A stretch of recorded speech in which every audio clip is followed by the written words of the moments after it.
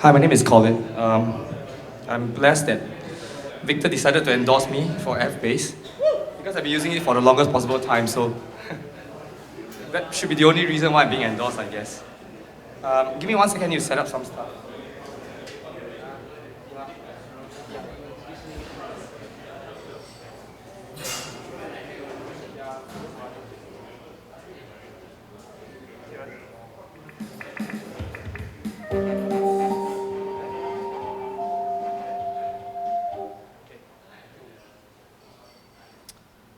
Technology.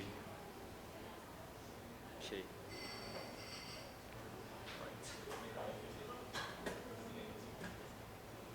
Sorry, let me figure out a way to do this.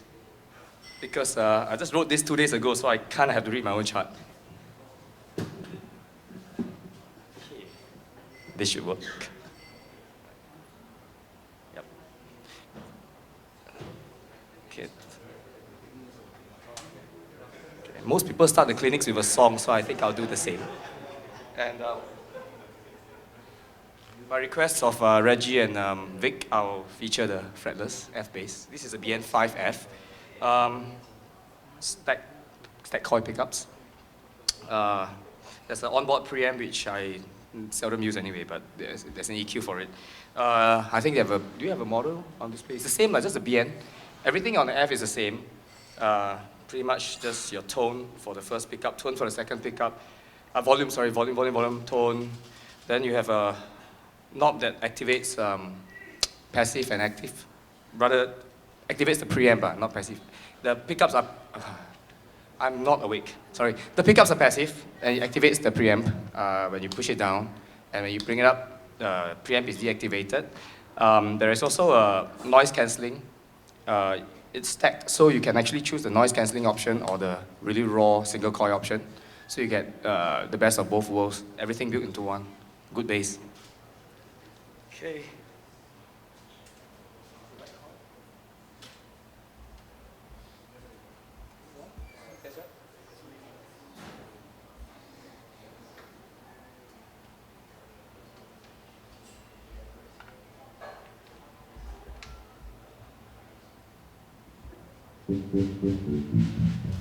Right, so here goes.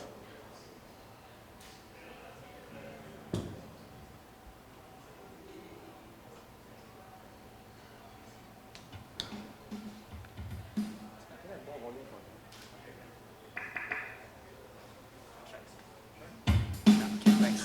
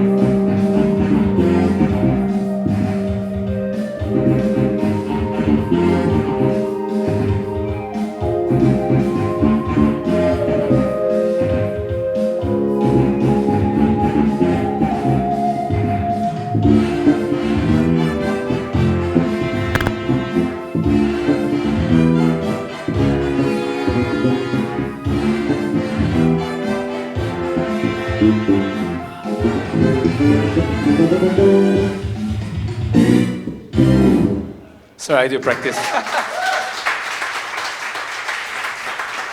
Thank you.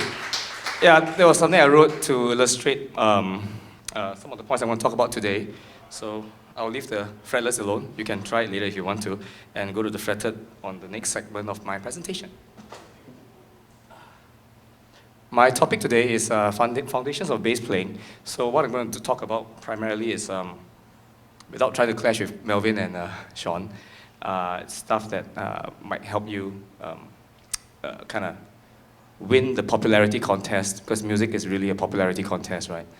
I mean, there's no winners in you can win in sports, you can't win in music, right? It's about who wants to work with you, whether people like working with you, people like playing with you. It's a popularity contest. It's the truth, right? Which is why I'm jealous of Sean. He's handsome and tall.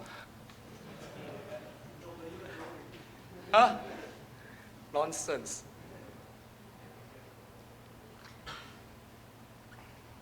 You see, Sean is popular. He's got a whole band. I'm alone. What does it say?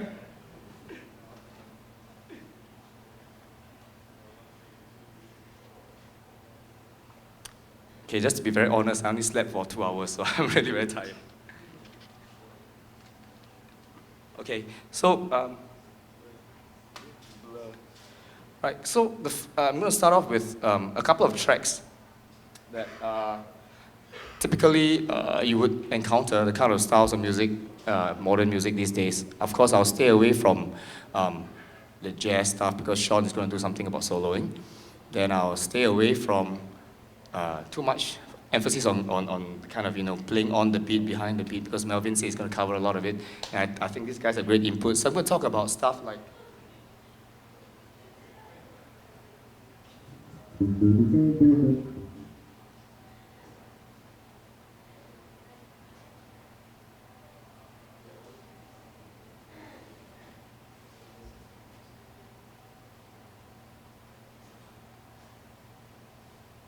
I'm going to talk about the personal awareness as a bass player. What happens? Now, every time you play bass, right, everyone expects you to play the root, okay? If it's a popularity contest, if I'm backing a singer, if I'm backing a guitarist, I'm backing a piano player, whatever it is, right, they all expect me to play the root.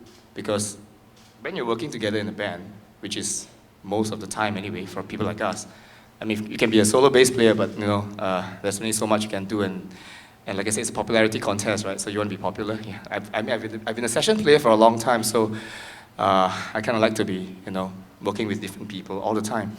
So how do I be considerate, right? Now, I wrote the piece I wrote just now. I'm not sure if you noticed it. There's a melody, of course, shack attack kind of thing, in my tribute to a long gone era of really interesting bass players and interesting music, and.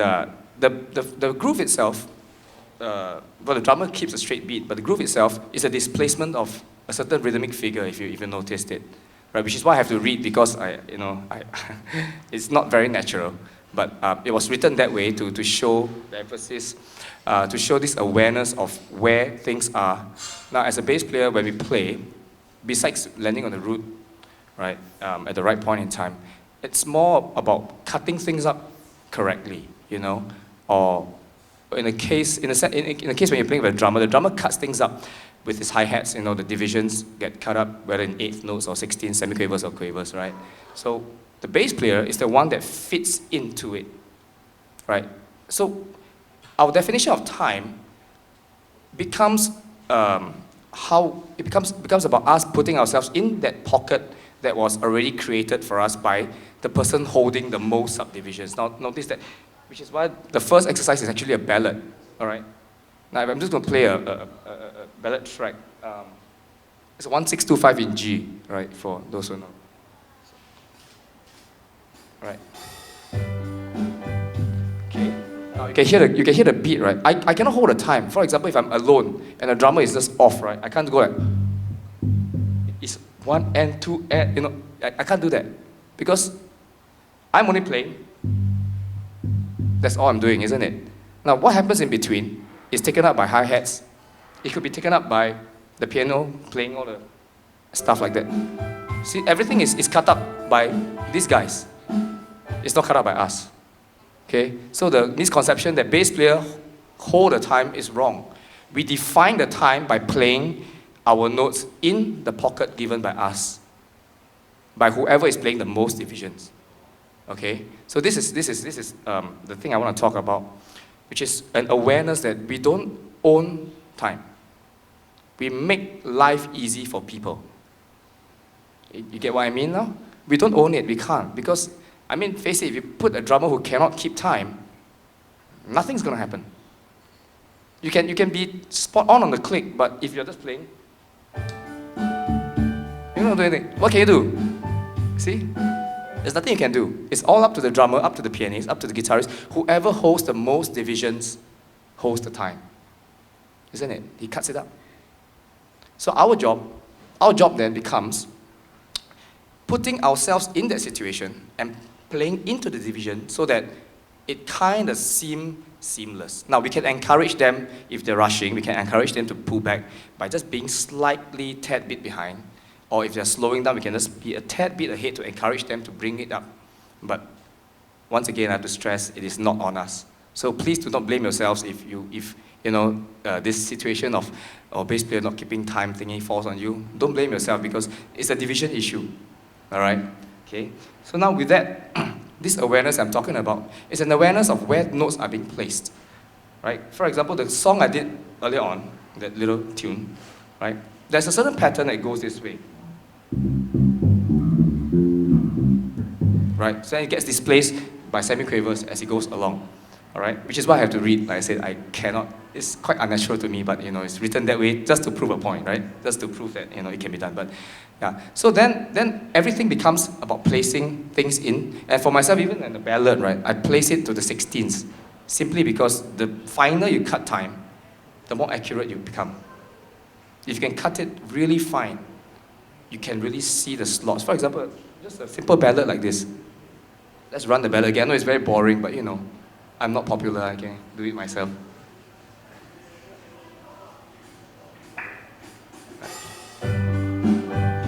Simple stuff, right?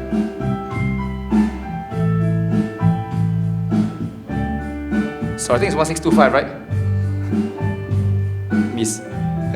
1425. See, I'm so blur.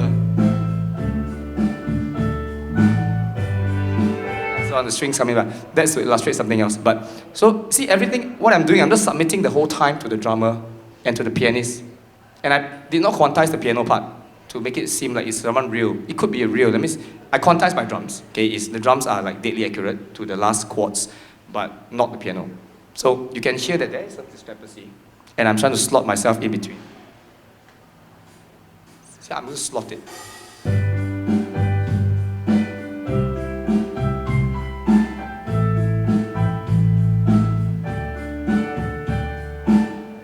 So I'm sensing the hats, and I'm slotting my notes in, which is quite natural for a lot of people. May not be so easy to be accurate and on it all the time. So that is an awareness that I want to bring across. Right. The second thing I want to talk about is how do you play this thing? You can play it this way, long notes all the way.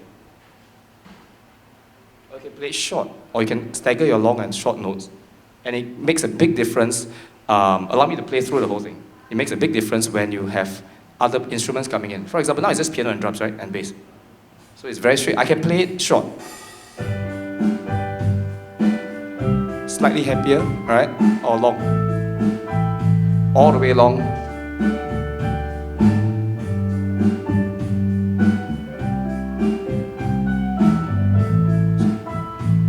Right? Now when the strings come in, I might decide to just play it long.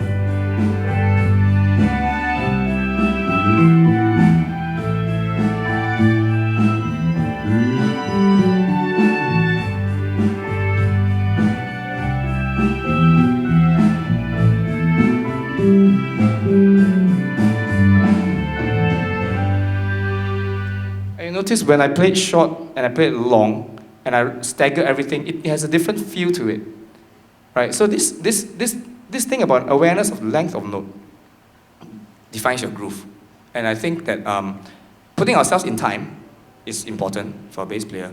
Putting ourselves in the divisions that's been given to us by drummer or keyboardist or whatever other instruments they are, that's important to us. Then the next thing is once we have found a pocket to put our notes. I mean, music is basically silence and sound, right? It's either silence, which I like a lot because you get paid to do nothing, or sound, which you actually have to work, right? So it's just silence and sound.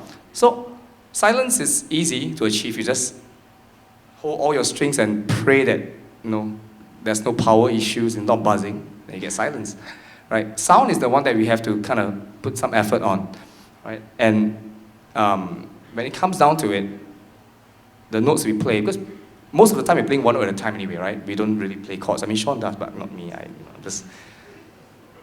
It's true, right? Melvin also, but no, I don't. So we need to find a way to play the notes in such a way that it creates a certain feel that we want it. And when you strip it down bare, it's just about how long you're going to hold a note, which Melvin will further talk about later. And the one I really pay attention to really is the tail end of the note. What is a short note? This is a short note. This is also a short note. This is also a short note. Everything is a short note. There's a different tone. This one has a sparkle at the end. This has a abrupt cut. This one has a tail. Or I can make it even make it shorter with a lift. So if you mix everything together, for example, I can play a ballad with the lift. And then you'll see that it kind of feels very airy-fairy with the lift. I'm in G, sorry.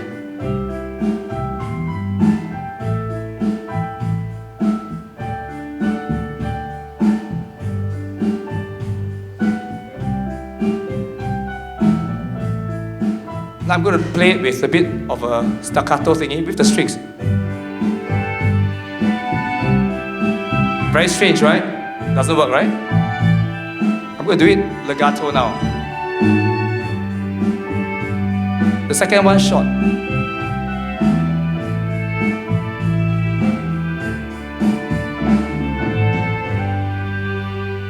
Okay, so now I have the second note short. It's very interesting, right? It's just a ballad, right? It's simple stuff. But you can spend hours just trying to figure out which one works best for you given any circumstance. I put in the strings because to illustrate the point. When it's just piano, you can afford to choose your short notes or long notes or any kind of feel, and you get more liberty because it's just piano plonking. But when the strings come in, seriously, when I played the short notes, it sounded very funny, right?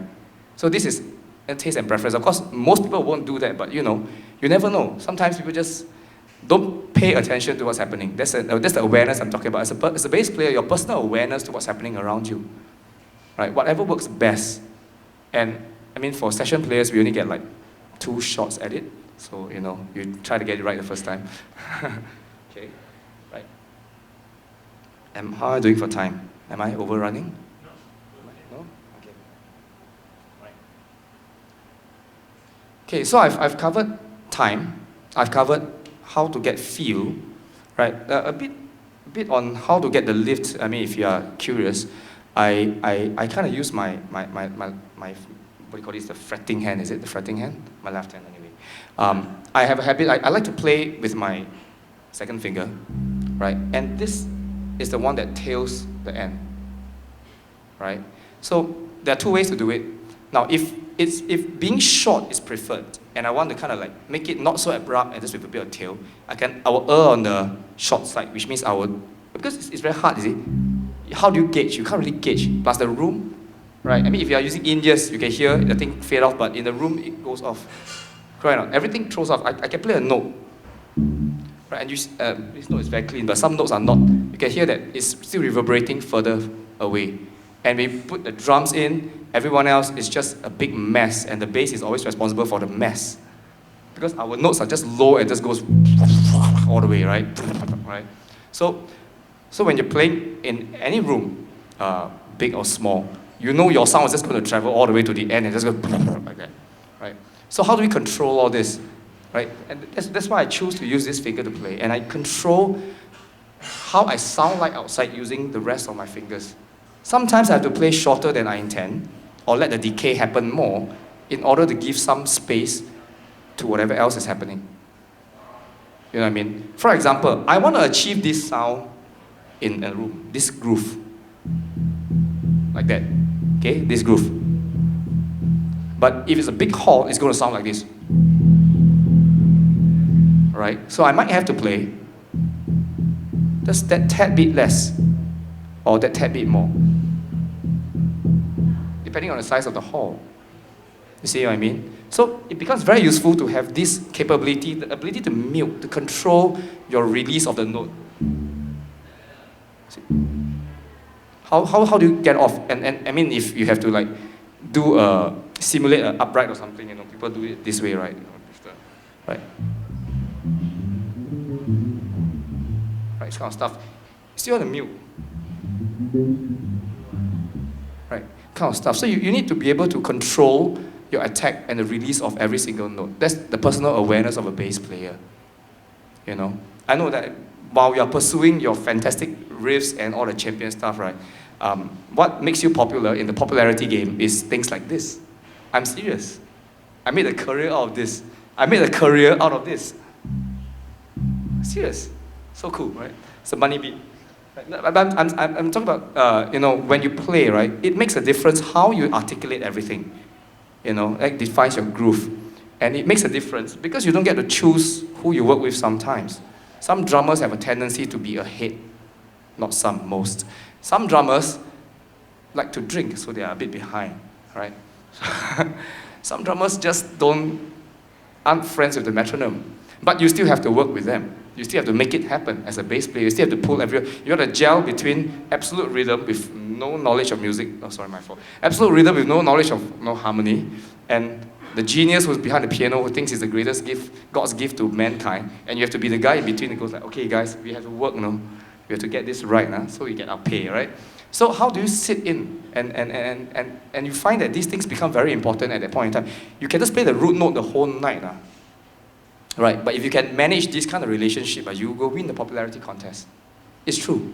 I've won it many times. That's why Sean asked me how to win it. I said, just smile. Really. And if they ask me to drink, I will drink. Right? If they don't, then great. No alcohol. Wonderful. Right.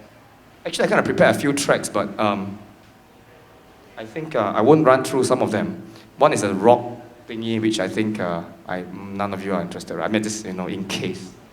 And there's a fun one that I'll just talk about something else. I'm just going to talk about bass line development, right? We've talked about articulation, we've talked about placing our notes in between whatever, blah, blah, blah, blah, blah. Now I'm going to talk about how to build your vocabulary of lines, right? And I'll just use this funk tune because it's 4 bars of G and 4 bars of C, so it's great. I get to, you get to try more stuff. Let's go. Right, is this G? G7.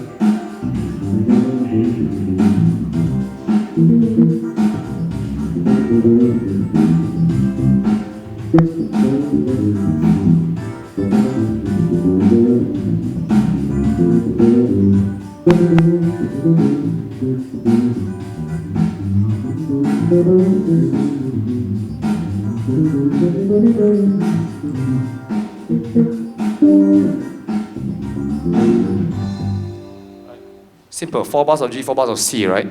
Okay, how do we go from...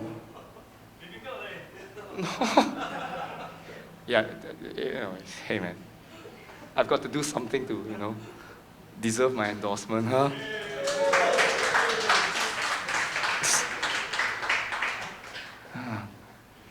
Anyway, so how do we go from, like this simple stuff, right? This G, right? Right? I'm just gonna hold a, can I loop this? I don't know how to use GarageBand. Nah, never mind, forget it. So, you get the idea, right? So now, the way I think, the way I approach this, really, a lot of people do stuff like they always ask me, what scales do you use? I tell them I use the major scale, I use the minor scale, and that's about it. Seriously. And once in a while, I use the whole tone if I feel inspired, but these days it's not very popular. So, so I just use the major and the minor scale because everything else is mathematics. Okay, and it's really very simple. Now, we know our major scale, right? G major, for example. Then you do your modes. Your modes. And so on and so forth, which I don't do very often. That's why you can see I'm rusty, right? Now, what that does is it gives you your blocks, isn't it? So you can play, activate mode 3. G7, Mixolydian, sorry, F, okay. So, mode 3, position 4. Position 5, Mixolydian, wonderful, great. But what does it do to you? What it does is it gives you access, wonderful, but do you have any line? You don't. Because you don't understand how notes move. For example, I'm going to do something. For example, something like that. I need to hear in my head. No? Is it? Stuff like that. So it's quite fun to do stuff like that, right? So yeah, you gotta hear it in your head. So how do we develop this kind of sensitivity, this kind of awareness to what exactly I'm playing, so you feel very secure when you play? I can play the simplest thing and feel absolutely very secure about it because I know exactly what I'm doing. You can play the most complicated thing and still feel very insecure because you're not so sure if you are there. But it sounds complicated, like fierce, but you feel insecure. Why? Because you don't own it yet. And how do you take ownership of your lines? Is by understanding the intervals that happen in between, how things work. I find that it's very useful to really understand how things work. This is my root, okay? My third, B, my fourth, fifth, flat 7, 6. So I need to know 6 to 1. This is the interval. Do, la, blah, blah, blah, whichever way, movable do. For me, non-movable because I'm, old. So mi, for me, right? So do, mi. And you missed it. How can you miss it? Bong! That was for you. Cheers. Right? So stuff like that. So I spend a lot of time. Yeah, I'm quite a loner. I spend a lot of time doing stuff like that. For example, I'm in G. Just run the track. Okay. I'll just play simple.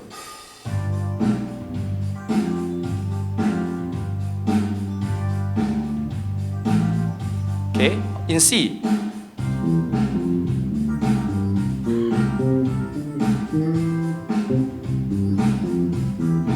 Back to G.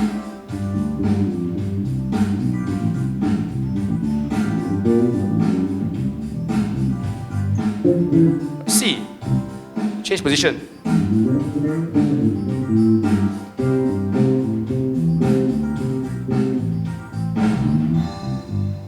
And so I just keep playing. Then I change. Now instead of using the root, I will start on second note.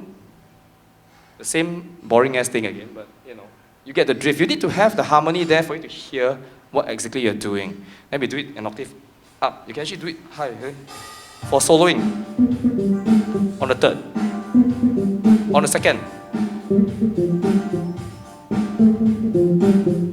What I was doing is, sorry, I'm just using B, the third of G. Right, then I use the second. Because it's just G Mixolydian. G7, okay? Just simple that. Nothing fanciful, no sharp, flat, no need. We want to get ourselves acquainted with simple playing. That's a simple melodic playing that is within the confines of up to maybe dominant 7, sus 7, major 7, nines. Before we talk about a flat 13, sharp 11, get yourself acquainted with your notes. How well do you know them? Apparently not well enough for a lot of people because they start playing a lot of fierce shit and, hey, can you play a nice fill-in for me? And then the guy just can't play a nice fill-in. It doesn't make sense with the melody. It doesn't make sense. Why? Because they cannot see or hear how they are in relation to the melody, the harmony, and how can they supplement it? How can they complement the melody? How can they play in such a way that it would be suitable for that particular style, the particular song, the particular instance, right? And this comes with the awareness of your intervals. I need to be able to sing it. I sing it. It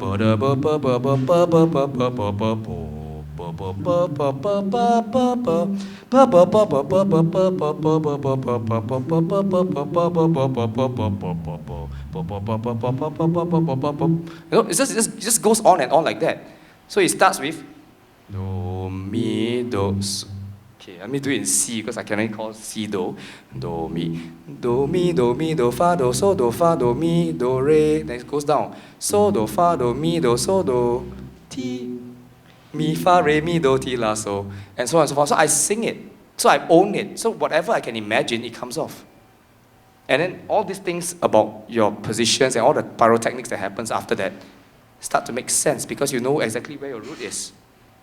You know what I mean? Right? So that's the whole idea. You have to develop things in your own way. Right now, on the internet, there are a lot of people talking about this, that. You can learn the instrument just logging on, right? You don't need to, I'm sorry, bass teachers, but you don't really need to go to a teacher. You can just log on and learn how to play these things, right? But you don't own it until you can honestly say, whatever I play comes from my imagination. I imagined it, I thought about it, I could sing it, right? You get what I mean? So this is basically my point about the foundations of bass playing is to take an ownership and have an awareness of what's happening as a bass player. Because only when you can take ownership of your own voice, when you are collaborating with other people, you are able to give. And if you're a bass player and you're able to give, you get popular. And you can actually quit your day job. Simple. Easy, right? I mean, just, that, yeah. And not be too rich. So with that, I kind of will end my presentation. I hope you guys had fun. You want to use this mic? All right, ladies and gentlemen, one more time. Let's hear it for Mr. ColinYong. Thank you. I thought that was a really wonderful sharing session on the basics and the foundations of bass playing. We also like to let you know that Colin endorses F-Bass here in Singapore. And if you log on to our website, www.bassfreq.com.sg, you can actually have access to this story, this whole life story that Colin has written, and talking about his journey into picking up the foundations of bass and making a career, as he has said, out of it. The thing that really resonated with me when I was reading this story was he said that he used to spend 6 hours a day practicing the bass, and I think, wow, 6 hours, I think maybe I have to cut out TV that we can get there. So I think that was a really inspiring story. I really encourage you to check it out. So this is just the first segment of the 3 that we have, but before we go into the next one, I want to pass it over to my partner Reggie, who has some special prizes to give away. Okay, actually this is just to, facilitate the transition. So Okay. Colin can... I can transit. Yeah. Thank you. We can pass from the finger style to the slap bass, and we're going to see the butterfly that is floating up the stage. Complicated stuff. Yeah.